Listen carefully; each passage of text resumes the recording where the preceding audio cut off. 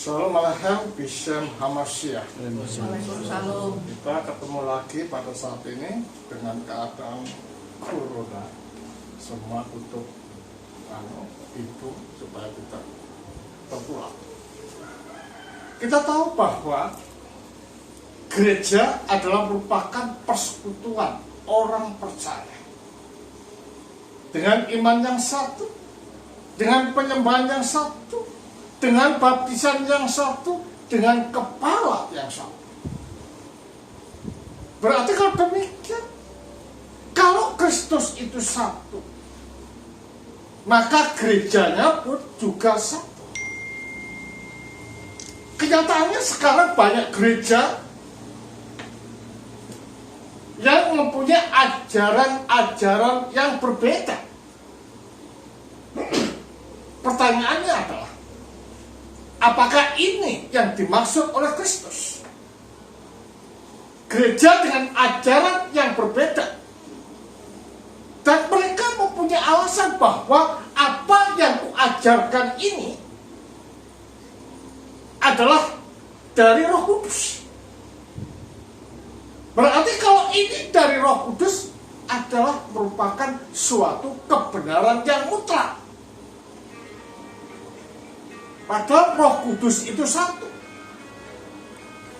Nah, ternyata ajaran kalau itu memang dari Allah yang satu, Roh yang satu, ajarannya juga harus satu. Tidak boleh berbeda-beda.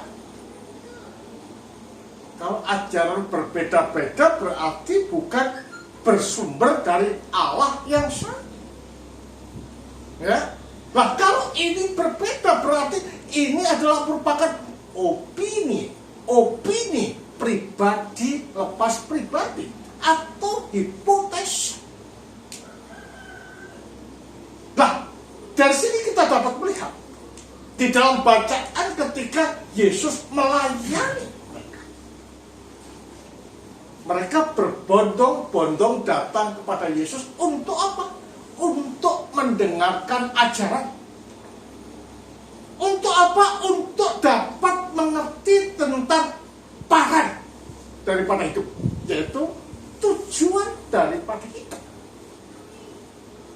Karena tujuan manusia itu diciptakan adalah agar supaya menjadi seperti Allah. Nah, karena itulah Athanasius atau Ignatius juga pernah mengatakan bahwa Sang Sabda jadi daging supaya manusia dapat menjadi seperti Allah. Sang Sabda itu merendahkan diri agar supaya manusia itu diangkat martabatnya. Nah, dari sini kita dapat melihat bahwa Allah itu mempunyai perhatian yang cukup baik terhadap manusia. Makanya manusia dikatakan sebagai apa? Gambar dan rupa Allah, atau image of the image, gambar dari sang gambar. Nah, disinilah kita dapat melihat mengapa ketika mereka lapar, suruh mereka pergi mencari apa? Makanan. Tidak, kamu harus menyediakan makanan bagi mereka yang ada di sini. Apa yang ada di padamu? Ada berapa? 5 roti dan 2 ikan. Roti itu merupakan bayang samar dari siapa? Kristus. Akulah roti yang hidup. Nah, ikan adalah bayangan dari siapa? Manusia atau orang percaya. Pada waktu orang-orang Kristen abad pertama dalam penganiayaan, untuk menunjukkan bahwa dia ini adalah orang Kristen, mereka adalah orang Kristen, maka membawa ikan atau gambar-gambar ikan menunjuk pada akhirnya bahwa mereka adalah orang percaya. Jadi kalau demikian kita tahu Mengapa memberikan ikan dan roti? Artinya bahwa ikan itu selalu berada di sekitar roti. Roti siapa? Yesus. Ikan siapa? Manusia. Nah, supaya manusia itu menjadi individual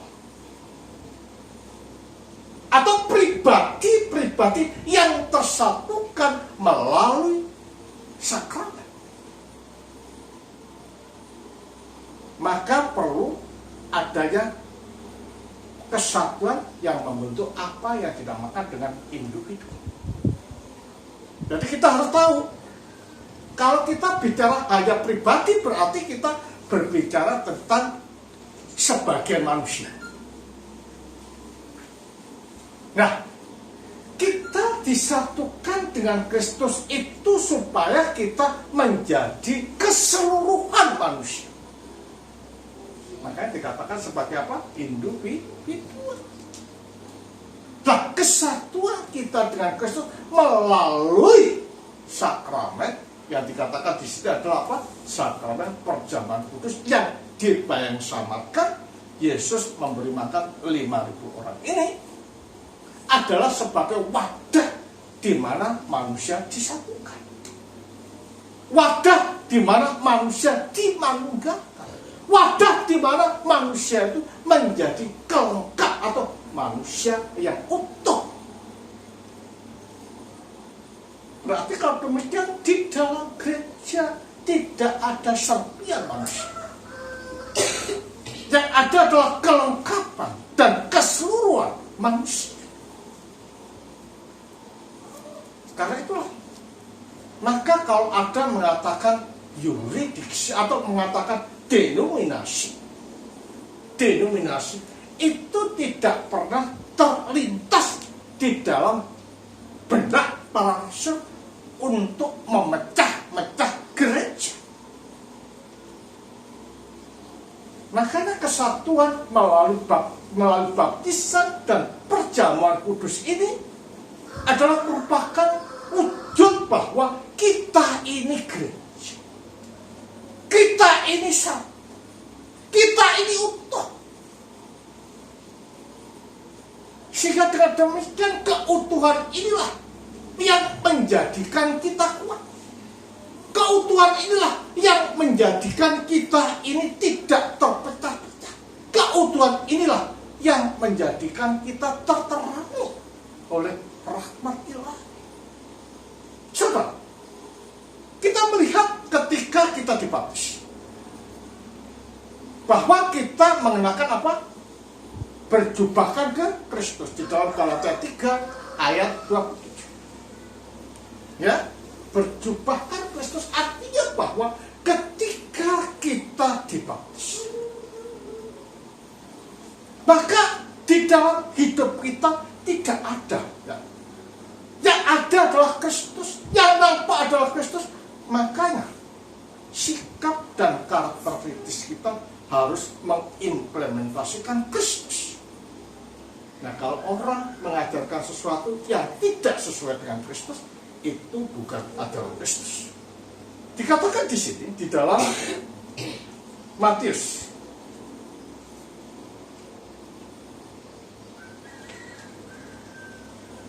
14 ayat 20 ayat 14 katakan, menjelang makan malam murid-muridnya datang kepadanya dan berkata, tempat ini sunyi dan hari sudah mulai malam. Seluruh orang banyak pergi supaya mereka dapat membeli makanan di desa-desa. Tetapi apa kata Yesus kepada mereka? Tidak perlu mereka pergi. Kamu harus memberi mereka makanan. Jawab mereka, yang ada pada kami di sini hanya 5 roti dan 2 ikan.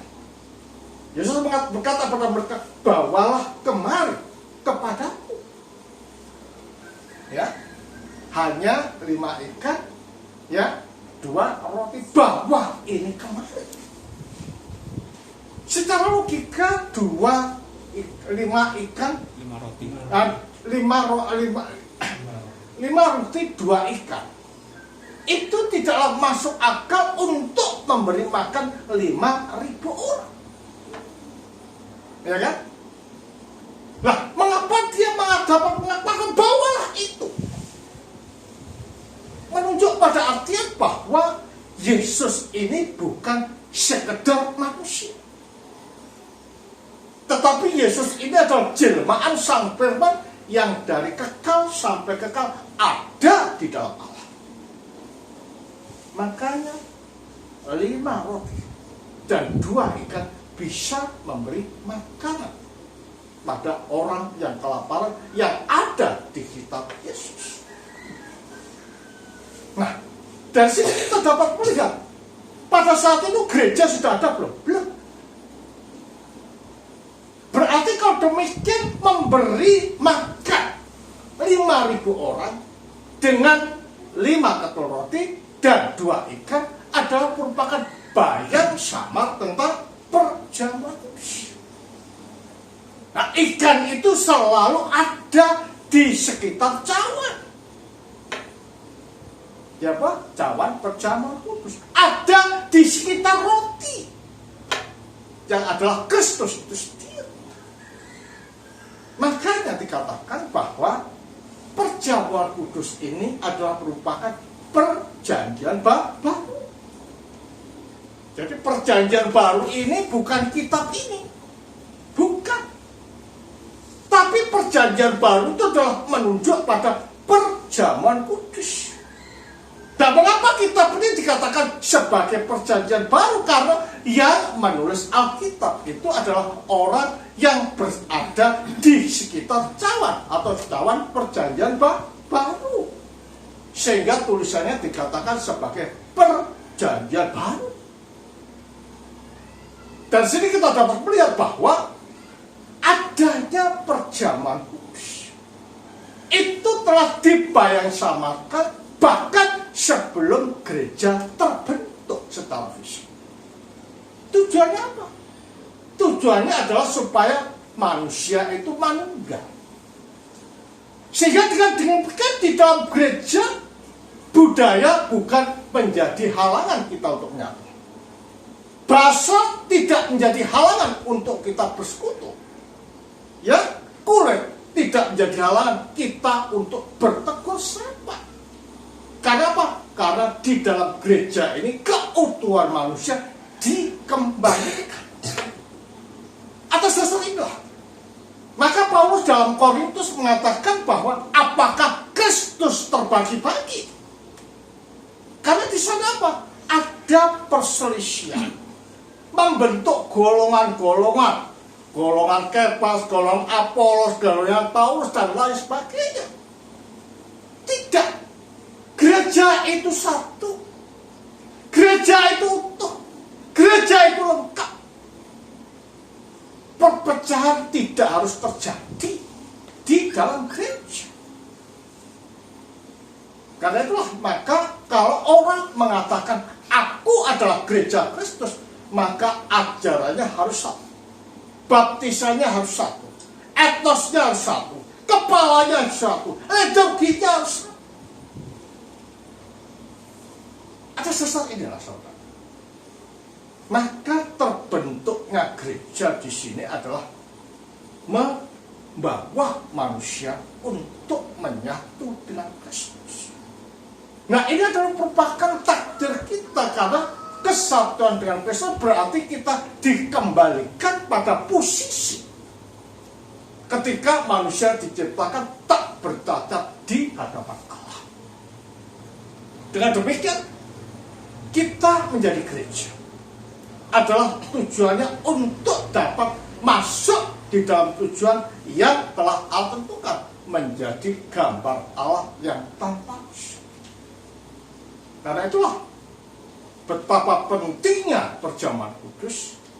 Maka di dalam gereja puncak daripada ibadah apa?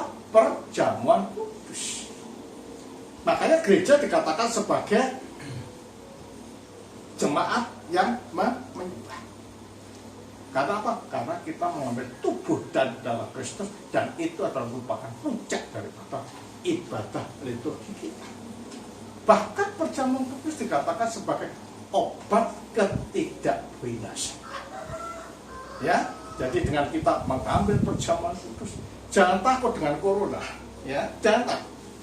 Karena apa? Perjamuan kudus itu lebih mempunyai kekuatan daripada penyakit yang ada. Roh ada di situ yang akan membimbing dan menyehatkan. Tetaplah berpegang pada Kristus. Karena Kristus adalah harapan kita, keselamatan kita, dan pembangunan kemuliaan bagi Sang